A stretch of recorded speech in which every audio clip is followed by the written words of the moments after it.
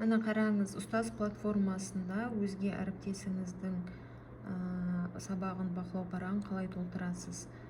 0-ден 3 балға дейін қоя аласыз. 34 пункт бойынша 34-ті 3-ке көбейтсеңіз, сонда 102 балл шығады, максимальды. Ал егер минимальды балл қоятын болсаңыз, ол либо шектен аспай қалады, либо минимальный балл болады.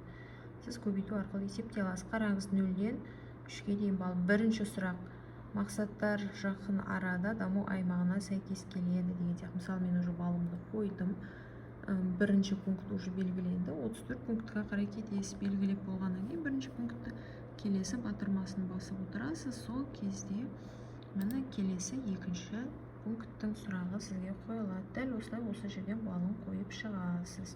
Соңында итоговый балл шығады. Ал қалай лист наблюдения бақылау парағын қалай создавать етеміз? Оған басында не керек? Оның барлығы бұның алдындағы видеода көрсетілген. Және соңында балл қалай есептелетінін тоже келесі видеода көрсететін боламын.